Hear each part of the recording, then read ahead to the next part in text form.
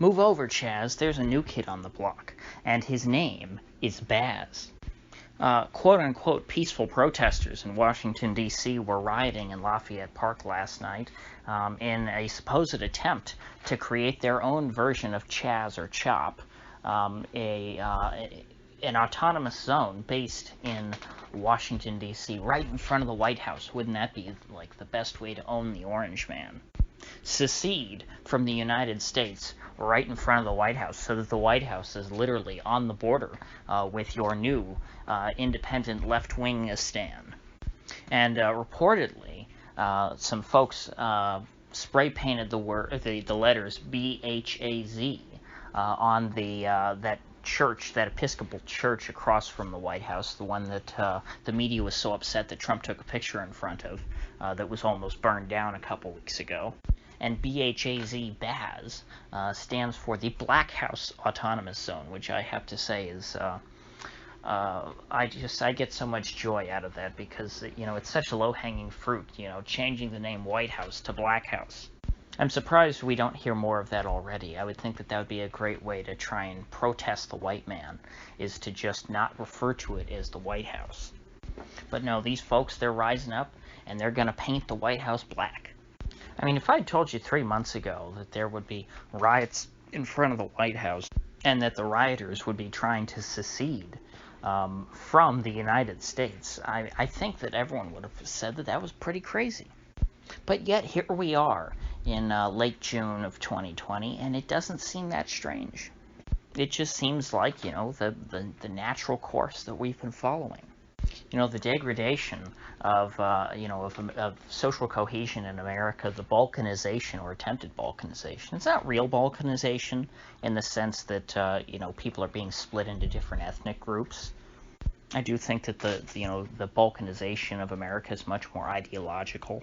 It's just that one of those ideologies happens to strongly support racial segregation for some reason. And, you know, everything in politics is now a factor of skin color. Or any kind of color, even the color of the White House, which of course is not related to anybody's skin. You know, I'm trying to take this in a lighthearted way and just laugh at everything that's going on, but you know what, I'm having difficulty doing that today. I'm sure you can tell that in my voice, that I'm not as cheery as I'm trying to be. Because there really is nothing good that can come of all this.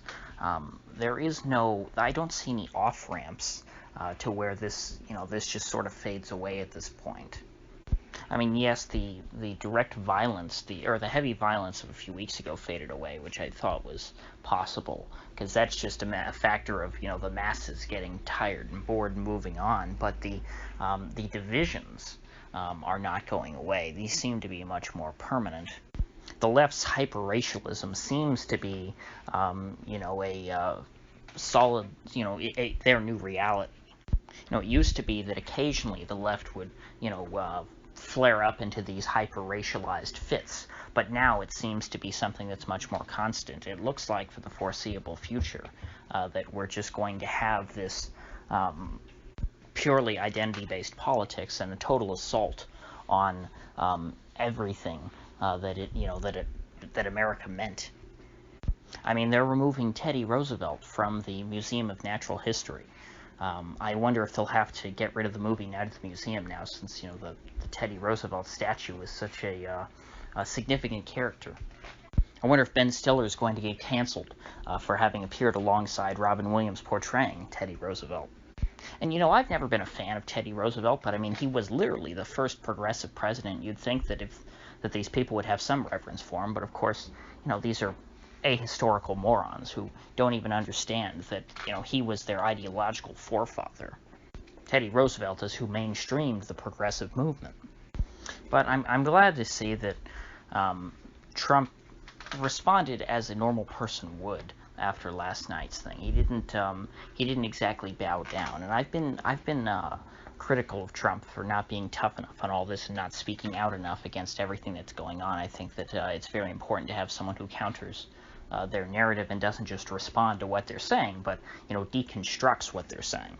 And while Trump still hasn't done that, at least he came out and said, hey, trying to tear down the statue of Andrew Jackson in Lafayette Park is unacceptable, and anyone who tries to tear down any statues on federal property gets 10 years in prison. Okay. That's a good response. I can accept that. Is that going to make the situation any better? Are we going to de-escalate things? Is he winning any hearts and minds? Absolutely not. But I guess we're past that point. We can't expect Trump to try and do that anymore. But at least, they did save one statue, although I do find it surprising that the protesters were allowed to do as much as they did in Lafayette Square, in front of the White House, literally with the White House in the background. You can see, and there are people throwing ropes around the statue of Andrew Jackson and trying to pull it down. If it was a differently shaped statue, if it wasn't a statue of him on a horse that had a pretty wide stance, that was harder to tip over, if it was just a statue standing vertically, then they probably would have been able to pull it down. But the cops, it looks like more that the protesters failed rather than the cops stopped them. The cops did eventually disperse them, but I think they had enough opportunity to pull it down under, different circumstances. At least we're at the point, though, to where everyone realizes, especially after the statue of Ulysses Grant was torn down, that this has nothing to do with the Confederacy and the Civil War. This is not just people wanting to tear down racism. These are folks who want to destroy all history.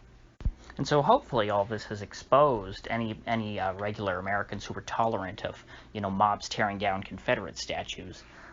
Maybe this has taught them that, you can't be complacent with that kind of stuff.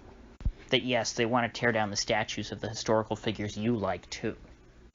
And I'm not a fan of all these people. I don't like Teddy Roosevelt. I'm not a fan of Andrew Jackson. But I don't want to see any of them torn down, you see, because I'm against savagery. No matter really what the situation, I'm always going to be against the mob, because the mob is not a thinking body. If you're a part of a mob, you are acting as an animal. Doesn't matter whether your intentions going into the mob, were good or not. It's not the way that human beings ought to act.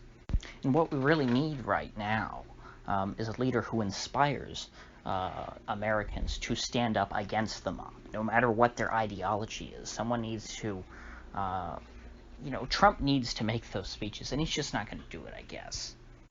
That's not Trump's style, which is fine, but it's just too bad. And I don't mean a leader as in we need a president, who's a strong man to come and, be and crack some skulls necessarily. That's not what I'm saying, because obviously a lot of this is, I think that all of this really is local government driven, because, I don't want the president controlling the local police. That's not how things should ever work in America.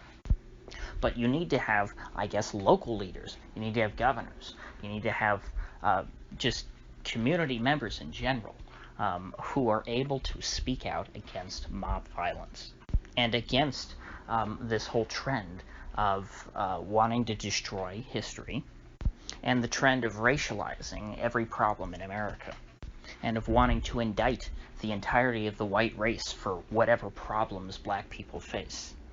But when you lack that kind of leadership, when there's absolutely, no strong voice of reason, well, then the voices of chaos and discord are who is heard. And that's how these situations continue to degenerate. There are no thought leaders in America making a positive difference. And so what I see now is that I think that this division is going to continue to escalate. There's a lot of talk right now of people discussing a second civil war. And I don't think that would look like how people imagine. I don't think that there would be an actual war of any kind in the United States. A better term than civil war, I think, is dissolution. There is coming, and I talked about this for a long time in the past. There will come an ultimate breakdown in the U.S. political system, because American society and the American government are incongruous. The American government is incredibly centralized, and the American society, in quotes, because there really is no American society anymore, is completely fractured. And so it's become ungovernable. And so what we're witnessing, really, is the death throes of the old political system. Our current regime is unable to deal with these problems because they are spread out and vary across the country. And so no matter who you're appeasing, there's going to be substantial swaths of the country who are completely unsatisfied with what you're doing. And so the only way to remedy this eventually will be different territories asserting their own, self-rule, essentially, similar to the Chaz, but on a much wider scale and in a less anarchic way. If Donald Trump does win a second term, I think that the idea of secession on the left will become mainstream. And it would have to be the left who does it, because the right is too afraid of being called racist. So you're not going to see it from the right. Because they'll say, oh my gosh, if we talk about separating from the country, well then they're going to call us Confederates. So it has to be the left who stands up. It's just like with what you're witnessing in Chaz. You have to see people who are defiant enough and say, we do not respect the United States. The United States is evil and racist, and we're not a part of it. And this will all be aided by the financial collapse, which I'm not going to get into in this video. But, it'll be a good excuse for everyone to pick up and leave, once the country is bankrupt.